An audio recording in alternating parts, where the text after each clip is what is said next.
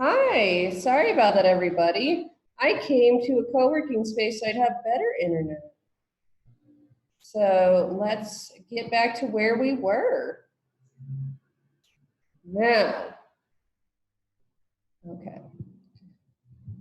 Oopsie daisy. Let's get back to what I was talking about, which was how to optimize your profile. Now, for a lot of you guys, you are multi-passionate entrepreneurs. So you might have different brands, you might have different clients. You most likely have different products and services. Think about LinkedIn as a very specific part of your funnel. Now, you are going to want to make sure that when you are creating your profile, that you're thinking about your summary as not just a biography, because that's where people go wrong. This is going to be copywriting. So your summary statement should be more about your client than you. You should be talking about what they want, their pain points, what they're going to get, the results from working with you. The key things that are going to push the dial and make them want to go to your call to action and get into your funnel. I tell my clients to make sure that when they are setting up their profile, they have a very clear-cut call to action on their summary. For a lot of my coaches, that's going to be telling people to get into a discovery call with them. For my course creators, it might be getting them into a mailing list and having them go onto a short freebie course that leads them and cultivates them to buy the larger course. I know that for some of my service providers who are maybe doing web design or virtual assistants, their call to action might lead to a portfolio. So think about what is going to be the first step of your sales funnel and what should be on there to direct the client, the potential client, to that sales funnel. Keep in mind that your profile is going to be the foundation of your whole LinkedIn strategy, because if you are posting content that's intriguing, so let's say you are a business coach and you're posting really great content. So an entrepreneur is like, oh man, I really want to work with this person. They could help me take my business to the next level. Then they go to your profile and it's out of date. It says that you're an assistant manager for Barnes & Noble. It has a bunch of stuff that you did in college. That takes away a lot of your legitimacy. So make sure that your profile is optimized and has a very clear-cut call to action. It has sales copy, that the headline really speaks to your audience and is going to resonate with your people. Now, let's go through the elements. So you're going to want to have the top of your LinkedIn has a banner. So that banner should be related to your field or to your brand. I tell people, put a little bit of a URL to your website on there as well. So there's just more places for people to be able to get to you, because the top of your profile is going to be the most important, because if the top of your profile doesn't catch people's attention, they're not going to scroll down, they're not going to see your copy, they're certainly not going to see your call to action. The next thing is that you're going to want to have a professional photo. Now, this can be something where, depending on your brand, it does need to be quote unquote corporate. If you have a brand that's all about, maybe like being a bit of a rebel, maybe you're like a life coach that's all about authenticity, and you work with a certain demographic that respond to that, you don't have to be the typical professional. You can have tattoos or whatever, a beanie on, but you're going to want to make sure that the headshot looks good. It can't be something where like it looks like you just cropped like a family member out, so make sure that profile picture is going to be consistent with your brand. And now under your name is that little statement that's called a headline. Make sure that headline is talking directly to your audience. It has keywords. It's saying more about you, but it's saying it in a way where people understand, not full of jargon. Because when people are searching, you'll notice with your search results that how people show up is that they have their little picture, it has the name, and then the headline. So I tell people, here's a quick formula that you can use is to have like, your title, who you help, results that they get. And you're going to want to finesse it so it sounds good and it fits with your brand. But if you can have a good keyword, like maybe it's life coach for female entrepreneurs to scale to 7 figures, then that's going to be something where it's going to attract the attention of your ideal audience when they're searching. For the summary, just to summarize, it's about who you are, who you work with, but it's more about them than you. And if you're somebody who is going to, you may be consulting or contracting, you can have a list of skills. You can put that in there. If you are an entrepreneur, then you're going to want to make sure that you just incorporate the keywords organically into the sales copy. One thing that I see a lot of people make the mistake about is that they forget to set the privacy settings to public. That's going to be in your settings, but a lot of times when people are in corporate or they haven't been on LinkedIn for a while, their privacy settings is kind of locking their profile down. You want to be seen. You want the public to see you. You want the public to be there. So make sure that you check your privacy settings. Like I said, you should have a call to action in your summary. And I would say go a step farther. Make sure that your first job experience that is shown at the top is pitching your business, have another call to action there. And if you look at my profile, you can see that I took a lot of the relevant jobs that I've had to my, my current businesses. And I talked a little bit what I did with that business or that company, and then I do a call to action to my own company. So as people go through my page, there's a call to action on everywhere I can put one, because I want to direct people. And I only have 2 calls to actions that I alternate with. One is to tell people to reach out to me, send me a message about booking an appointment. Another is to one of my freebies. So I make sure throughout the page, there are very specific directives to tell people to get into my sales funnel. You're going to want to attach media to each of your job descriptions and to your summary. So for me, I have testimonials. I have presentations that I've done. I have just like interesting images of maybe me doing a presentation. I have video. I have links to my podcast. I make sure that my profile is visually interesting. And then when they click on the media, there's a thing that pops up that kind of does a preview. I put another call to action in there. So wherever I can put a call to action, if people are really intrigued by your profile, then they're going to be scoping it out. You want to make sure that wherever they're scoping, there is a quick and easy way for them to jump into your sales funnel so they don't get lost. And now at the end of the day, whichever client you're going for, however you're using LinkedIn for your business, whether it's speaking opportunities, new clients, finding contracts, what have you, your profile should reflect what you want to attract. So don't be afraid to curate what you put on there. I have a lot of experience in different fields. I used to be a librarian. I used to work at a university. I don't have that on my profile because me being a librarian, while that is something that is still a great part of my career, I love libraries, et cetera, it's not relevant anymore. So I got it off there because I am showcasing to my career coaching clients who I am, because that's what I want to attract. Now that's a little bit about a profile. Now if you do have questions, I'm going to have questions at the end, but you can write them into the chat. And that can be something where if you think of something about the profile, because this is where a lot of people kind of get lost.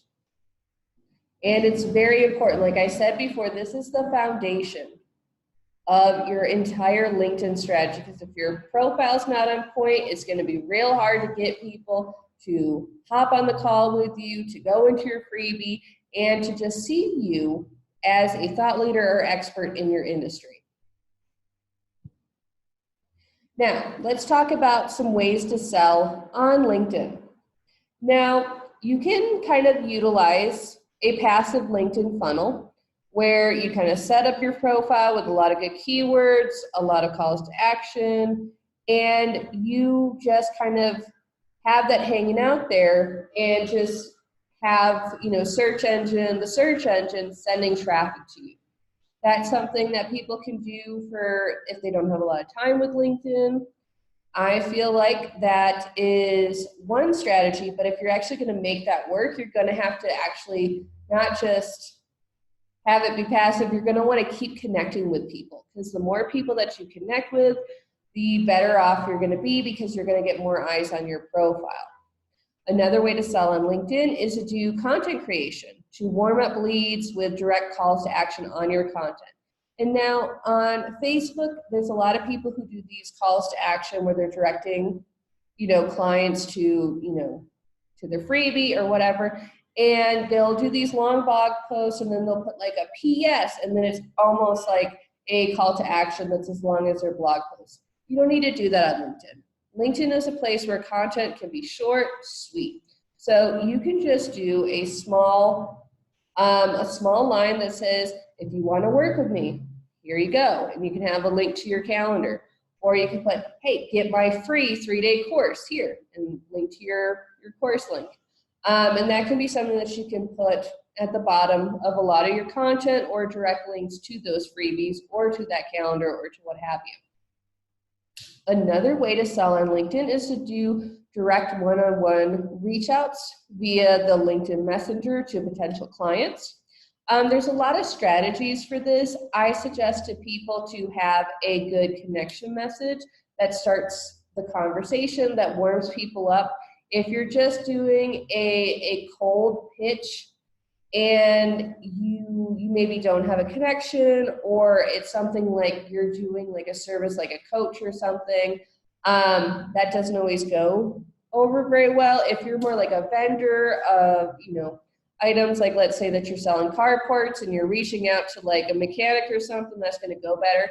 But you're going to want to make sure that you know your audience well enough on how they feel about completely cold pitches. Because sometimes it works, sometimes it doesn't. But people get great results with one-on-one direct reach outs on LinkedIn. And it's because they know their target audience, and they don't just do like a copy and paste everybody under the sun. They tailor what they say to people. My least favorite way to sell on LinkedIn, because it is the least effective, is advertisements. I don't recommend LinkedIn ads because they're expensive and you can do a lot for free. In fact, you're more effective using just the free version of LinkedIn than actually taking out an ad on LinkedIn. So those are the ways to sell on LinkedIn. Each of them really takes their own strategy. Each of them should be tailored to your business model and to your client base. But those are all the ways that you can sell on LinkedIn. Now, right now, I would like to do some quick sort of brainstorming with you guys. And for each brainstorming, there's going to be an action step that you can pretty much do immediately if you want to. And these are just some quick tactics to boost your profile traffic. So if you haven't already done this, and for some of you guys, you've done this many times, but you want to get specific on who you serve and what problem you solve. The people that you serve, those are going to be the connections. And the solution to their problem is how you serve them. So when you can get really specific on who you actually want to connect with, who's your ideal connection, that's going to make writing your copy on your profile easier. That's going to make writing your content easier. That is going to make creating products and services for them much easier. If you are vague, it's hard to attract people, because in a world of 7 billion, everybody wants a tailored solution. And you're going to be able to attract more people if you can actually speak their language. And you can only speak their language if you know who you're speaking to. So the action step for this is to modify your summary and your headline to attract your target connections. And if you're in my group, LinkedIn Mastery for Entrepreneurs, share your profile. Tag me in it. I'll let you know how it looks. Like I said before, make sure you're using keywords. Make sure that you're addressing that client. Your summary should not be a bio. Nobody wants it all to be about you. They want to go to your profile because they're thinking, how can you help me? So that's a quick tactic there. I know that Doing client research and client brainstorming is really difficult, but this is just a good way to begin thinking about your profile. Now, in the actual workshop that I'm going to be doing at the 7 and 7 conference, this is going to be a longer thing, and I'm going to actually go with people and work with them. There's going to be a worksheet, all sorts of stuff. But for interest of time, so we can do a good Q&A, I'll go past this. Now, the next thing is making the most of hashtags in your existing content. Now, one thing that is interesting about LinkedIn is that it likes to steal ideas from other platforms. And I feel like the best thing that they stole in a while is actually hashtags from LinkedIn, because that has been really increasing the visibility on a lot of my posts. Now, for a lot of you guys, you're going to have to experiment with which hashtags are going to work for you. But the nice thing is that if you log into LinkedIn, you'll see on the sidebar that they actually have like a place where it's like their little hashtag center, and it'll give you some ideas on the hashtags that's going to be most relevant to you. Explore that area and see which hashtags have the most followers that are in your niche, because those are going to be the hashtags that you're going to want to use. And now you might be wondering, how can you make use of your own existing content? Repurpose. People who are on LinkedIn are probably not going to be on your Facebook. They're not going to be on your Instagram. They're going to be different people. So it's okay for you to reshare or repurpose or recycle your existing content. And I really encourage you to do so, because content on LinkedIn, shorter, does better. In fact, you only have 10 minutes for LinkedIn videos. You only have, like, I believe it's 13,000 characters for LinkedIn posts. So you can't get really wordy. So you can take some of your juicy blog content that maybe is like a list of like the 5 ways that entrepreneurs can, utilize a VA, and you can actually have that break that up and have that be a week's worth of content. So plan and schedule your existing content to be shared on LinkedIn and add hashtags to them. See and track your results, because you actually get a lot of free analytics on your content on LinkedIn.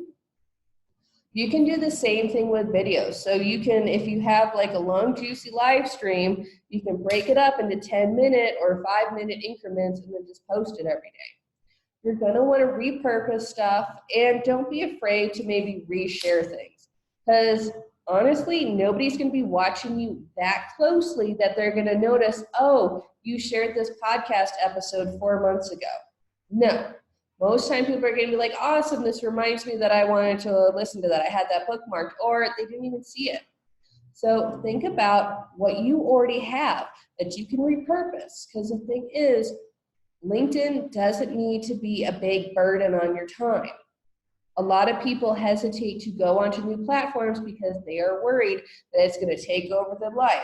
LinkedIn doesn't need to be like that. Especially if you've already been doing this for a while, you probably already have a backlog of content that you can use. And now another quick tactic to boost your profile traffic is actually to start stepping up and start connecting to your ideal clients, the people who are going to be most likely to buy from you. This is the most direct way to add leads to your funnel. So if you can connect after this with 20 to 50 new likely connections who could be clients, send them a short connection message that introduces who you are, why you're adding them, and invite them to, maybe check out your content or like a blog entry or whatever. That's going to be a way where you're going to be able to get eyes on your profile, on your content. Now, for a lot of you guys, it might feel weird to connect with strangers, but if these are people who are in your industry, or they're folks who are actively looking for a solution that you could provide, let's say that you're a virtual assistant and you're reaching out to small business owners. Most small business owners do need help. Most places, it's hard to hire people, actually, especially now that the job market has improved enough. It's getting harder and harder for people to find reliable folks, especially that have administration experience or what have you. So think about the fact that you're actually being of service, you're offering them something, and LinkedIn is a place where people are already open for business opportunities. So it's not weird for them to get those opportunities. So if you can make it a habit to connect with, maybe 100 new connections a month, then that's going to be something where you're going to be adding the right kind of people to your network, and they're going to be seeing your content, they're going to be seeing your calls to action, and it's not going to be like other profiles where you're kind of like throwing your content into the void, hoping that the right person sees it. On LinkedIn, you can find the right person and make sure that they see your stuff. So, are you ready to take the weekends off from your social media strategy? Thank you, guys. I'm going to unmute everybody, so if you do have questions, you can ask me. Like, keep in mind that this is where is everybody? That this is a practice session of, what I'm going to do. So the actual session is going to be a little bit more, what can I say? Going to be a little bit more interactive. It's going to be longer, but that's the material. So if you do have questions, I can unmute you and you can ask them, or you can share it in the chat. I know that some of you guys look like you're in cars. Jocelyn looks like she's like in front of a green screen, which is cool. So I know that you guys are everywhere. So I'd love to answer some of your questions. So just shoot them at me. Who wants to, you can unmute yourself. If anybody wants to. You don't need to be shy.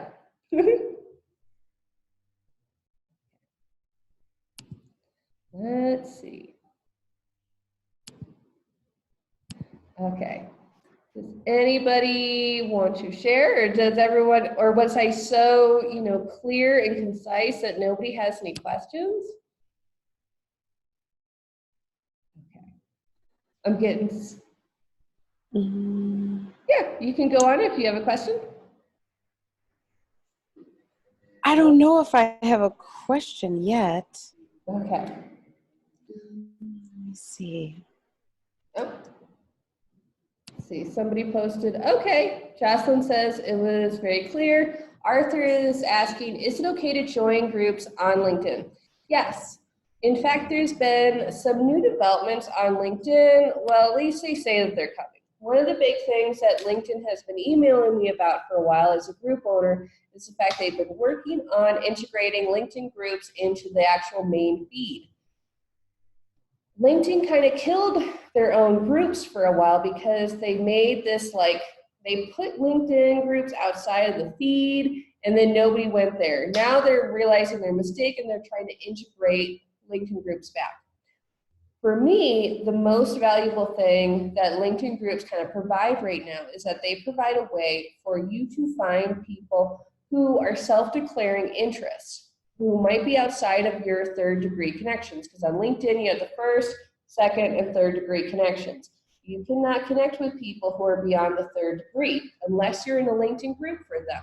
So for some of you guys, where your ideal client might be maybe more like described with more like traits or interests, because on LinkedIn, the search engine lets you search by location, job title, company, school, that type of thing.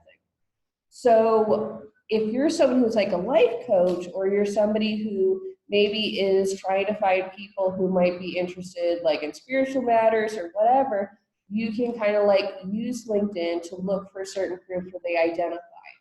I know that, like, let's say you're a life coach for men, you can go into these groups that are more about men supporting men or whatever, and then you can connect with those people. And if you're part of a LinkedIn group together, you can send each other messages. If somebody's outside your third degree, you really, or your second, like, I think it's the third degree, you can't actually send them messages without paying for an in-mail. So if you're in a group, then you can do that. So that's what I would say about LinkedIn groups. So it's good for right now. The thing to keep in mind is that you have a limit on how many LinkedIn groups that you can actually be a part of. I think you can only be in 50 groups. And for Jocelyn, I'm going to transition to her. You do have a limit on the number of connections. There could be unlimited people that follow you, but you can only have 30,000 connections. So LinkedIn tries to kind of limit the groups and then the connections that you have. Okay, Miana says, are there millennials on LinkedIn? Is there a market for spiritual entrepreneurs? First question, yes, millennials are the most fast growing demographic on LinkedIn, so there's a lot of them on there. And is there a market for spiritual entrepreneurs? It depends on who you're going for. Are you going and how you're going to market yourself? If you're going to be on LinkedIn, kind of reaching out to maybe, the demographic of millennials who maybe they feel like they have lost passion in their career, maybe they feel kind of they're stuck in a rut or something, and you're creating motivational content. Yes, people love motivational and informational content on LinkedIn. In fact, if you are more negative, your content really doesn't go very far. So if you're able to be very motivating on LinkedIn, then yes, you're going to find people. The thing is that it's going to be sometimes difficult to try to search for people who have maybe spirituality as an interest, unless you're going to be utilizing groups or just trying to use hashtags. I do know people who are coaches who do have a spiritual bent, or they're going after millennials who do well on LinkedIn. But they have very active connection strategies. They have very active content strategies where they're heavily utilizing hashtags and things like that, because it's hard for people to find, I guess, those sort of more esoteric topics on LinkedIn. So I hope that answers your question. Another thing to think about is that when you're on LinkedIn and you're kind of creating content for that crowd, you might want to tweak it a little bit to be interested into the corporate environment. So you might want to think about having content like the ways of having like a holistic work life, or talk about like how to beat stress and like how to do that type of thing. So that's what I would suggest, is make sure that you're going to tailor it to the sort of professionals that are going to be there. I've seen people who actually do really well when they are doing, they're targeting, and they're a spiritual entrepreneur, but they're targeting other spiritual entrepreneurs and wellness professionals like chiropractors and stuff like that. And they teach them how to add, more of those online business things, their profiles. Now, Arthur wants to know, can you have a diverse content if you want to attract two types of target audience, or will that weaken your profile? It'll probably weaken your profile. I tell people that you can kind of like showcase multiple brands and products, but they all need to have the same target audience. Because if you have a course that is for young millennial men who want to like get an MBA, and then you also have a brand and content that's for professional women who are interested in fertility treatments, that's going to make your content seem kind of schizophrenic.